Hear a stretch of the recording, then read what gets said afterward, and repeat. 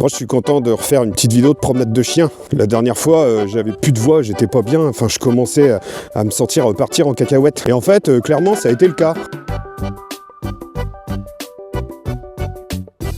Je me suis retrouvé complètement assommé pendant 4 jours. Et là je sens que je suis encore un tantinet enrhumé. Mais pas suffisamment à la masse pour m'empêcher de faire une petite vidéo de promenade de chien. Bon, il m'est arrivé une situation qui clairement est venue convoquer cette histoire d'implicisme et d'explicisme. Bon, histoire de se remémorer un peu les choses, ou éventuellement pour ceux qui seraient passés à côté, il y a déjà 3 vidéos sur cette question d'être explicite. Et en général, ces vidéos sont nées à chaque fois de situations qui m'ont vraiment questionné. Où là, clairement, on était en plein dedans. Parce que des fois, on dira que les personnes TSA ont du mal à décoder les non-dits, les trucs subliminaux, les messages cachés, et que finalement, elles percutent pas l'implicite à partir du moment où ce qui est dit est censé correspondre à la vérité vraie, et ce qui est pas nommé n'existe pas. Il va prendre l'information qu'on lui donne, il va la positionner comme étant vraie, sans se dire qu'il y a des enjeux ou qu'il faut tordre la réalité pour mieux la comprendre. Et c'est vrai que parfois ça demande une certaine forme de réflexivité pour parvenir justement à se décaler de ce qui est dit là dans l'immédiat, de ce qui apparaît, de ce qui est visible, et se dire qu'en fait il y a une autre grille de lecture qui est possible, qui permet de positionner la situation sur une grille d'analyse et lui conférer un autre sens. Alors pour ma part, au quotidien, j'essaye souvent de demander des précisions pour m'assurer qu'on parle bel et bien de la même chose. Je le fais assez facilement parce que en général, dans une communication, il y a toujours 1 ou 2 éléments qui vont me faire bug, et quand ça fait bug, eh ben moi ça me rend un petit peu anxieux,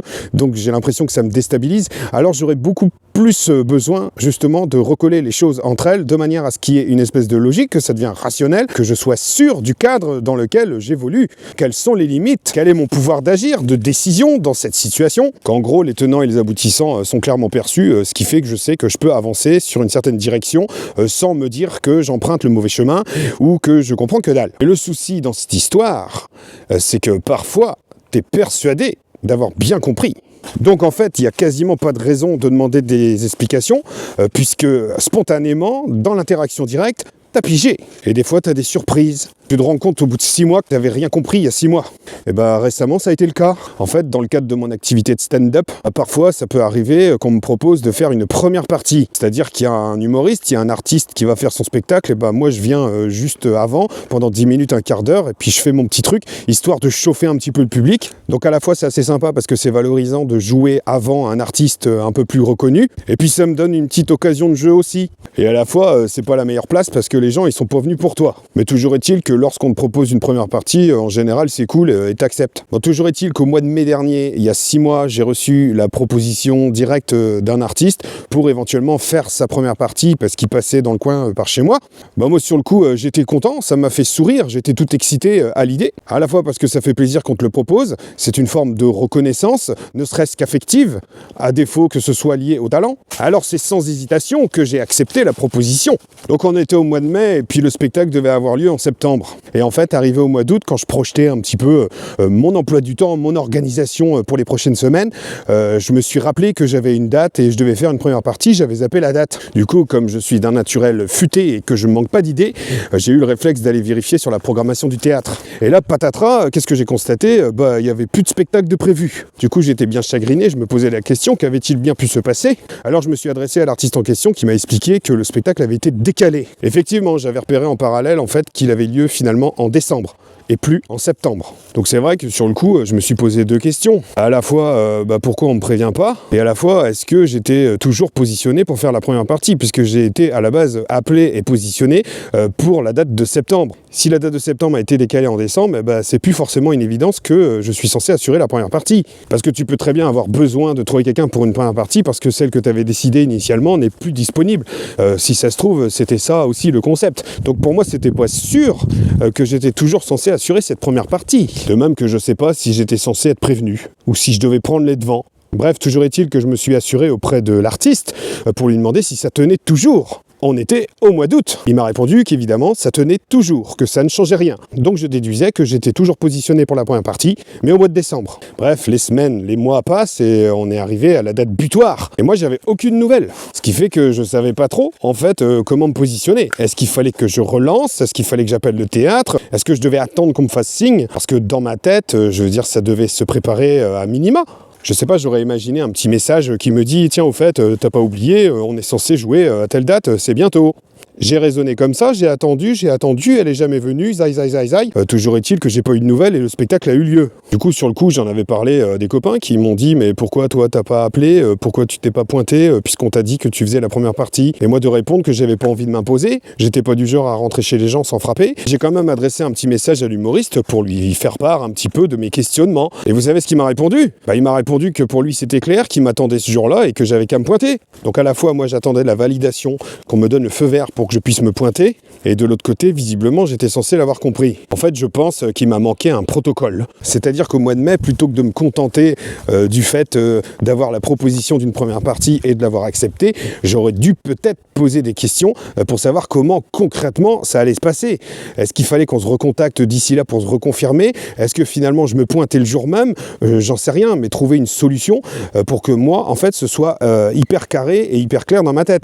Mais je m'étais pas du tout posé la question avant d'arriver au jour J à la date butoir. Et il y a aussi le paramètre que la date avait été changée, que j'avais pas été forcément prévenu du changement, donc ce qui fait que ça a un petit peu bousculé le truc, et je pense que c'est aussi en lien avec ça, ce qui fait que sur le moment j'avais une proposition pour une date précise au mois de septembre, mais à partir du moment où elle était décalée, je me sentais beaucoup moins légitime finalement, puisque j'avais pas reçu une proposition claire par rapport à ça.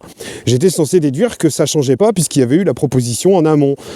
Pour moi, non, c'est pas si clair. Il y a eu sans doute des implicites qui m'ont échappé et au final, on est arrivé à cette situation-là. Mais en soi, c'est pas bien grave, hein. Moi, j'en veux pas à la personne, j'ai pas du tout de rumination par rapport à ça, puisque je sais qu'il y a une merdouille qui est un petit peu de mon fait. Parce que c'est sûr que j'aurais eu des raisons d'être colère et de ruminer si j'avais constaté qu'une autre personne avait pris ma place. Je me serais dit, c'est quand qu'il y a une couille dans le potage. Là, c'est pas du tout le cas. Personne n'a pris ma place, au final. Puisque moi-même, je ne l'ai pas prise. Je pourrais bien me raccrocher sur le fait qu'on n'a pas communiqué avec moi en amont, voire le jour même, voyant que j'étais pas là. Bon, qu'est-ce que tu fous ? Dépêche-toi ! Ce qui n'a pas été le cas. Mais il y a aussi le fait que quand tu es dans l'action, quand tu es en pleine préparation de spectacle, c'est sûr que tu penses d'abord au spectacle et pas forcément à la petite première partie. Donc c'est peut-être ça qui vient expliquer le fait qu'ils m'ont pas non plus contacté juste avant le spectacle, voire le soir même. Sachant de toute façon que vu mon état de santé à ce moment-là, j'aurais probablement refusé.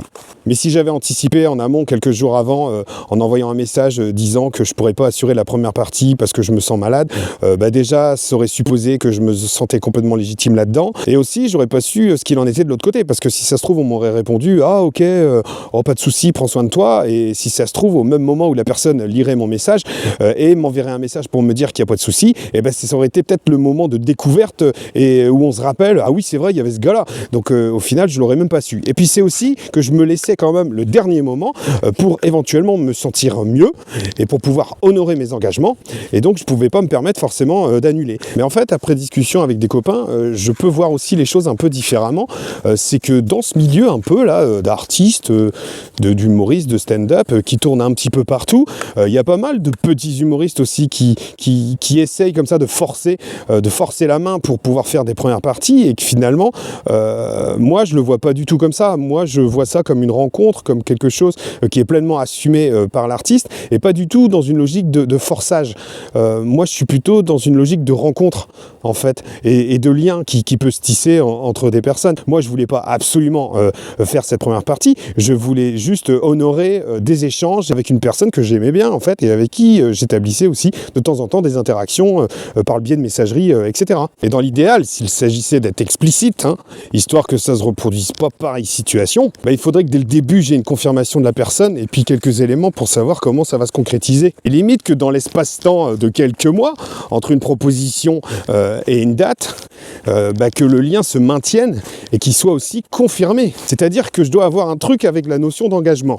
Si un engagement voit son échéance sur une durée assez longue, je dirais sur une temporalité assez éloignée de maintenant, de demain, j'ai l'impression que chez moi il y a quelque chose qui s'essouffle, et ce qui fait que j'ai du mal à me raccrocher à ça. C'est-à-dire que si la démarche vient de moi, je vais être assez rigide parce que j'estime quand même mettre beaucoup d'importance à la dimension de respect et de responsabilité dans ces engagements, mais aussi de loyauté. Et c'est justement à cause de ces foutues valeurs morales à la con que parfois j'en arrive à en vouloir aux gens de ne pas avoir été réglo dans leur engagement. Mais je mesure que j'ai besoin de preuves, de vérification pour m'assurer que la personne est toujours OK dans l'engagement qu'elle a pris vis-à-vis de moi. Parce que dans la présente situation, je pense que j'aurais eu besoin de temps en temps un petit rappel, une petite notification, ce qui fait qu'il n'y a pas forcément un espace vide entre un engagement et sa matérialisation. Il faudrait qu'il y ait des petits pointillés comme ça qui viennent ponctuer de temps en temps pour permettre de tenir le truc. Ça maintient l'équilibre, ce qui fait qu'entre deux personnes, on est toujours au même niveau, on est toujours à jour. Parce que sans ça, je suis paumé. Ce qui fait qu'actuellement, j'ai pas honoré mon engagement. Je ne sais pas dans quelle mesure l'autre a honoré le sien, mais toujours est-il que je me questionne beaucoup. En vrai, je suis persuadé que c'est le changement de date pour lequel j'ai pas été prévenu qui a amené une espèce de trouble et de doute dans cette histoire. Ce qui fait que je ne savais plus trop si je pouvais me raccrocher à cet engagement. C'est-à-dire qu'à la limite, un engagement, même sur la durée, ça peut tenir à partir du moment où il n'y a rien qui vient le ternir à un moment. Ça revient à la transférabilité, la transposition des choses et de sortir un peu d'un cadre un peu strict, d'être complètement rigide vis-à-vis de ce cadre. Le détail a un tantinet bousculé l'ensemble mais ne l'a pas éclaté complètement au point de le remettre en cause. Enfin bref, moi je m'en suis pas formalisé, mais c'est frustrant de se dire qu'il y a peut-être eu un bug et de pas déterminer vraiment à quel niveau et dans quelle mesure j'en suis peut-être l'origine.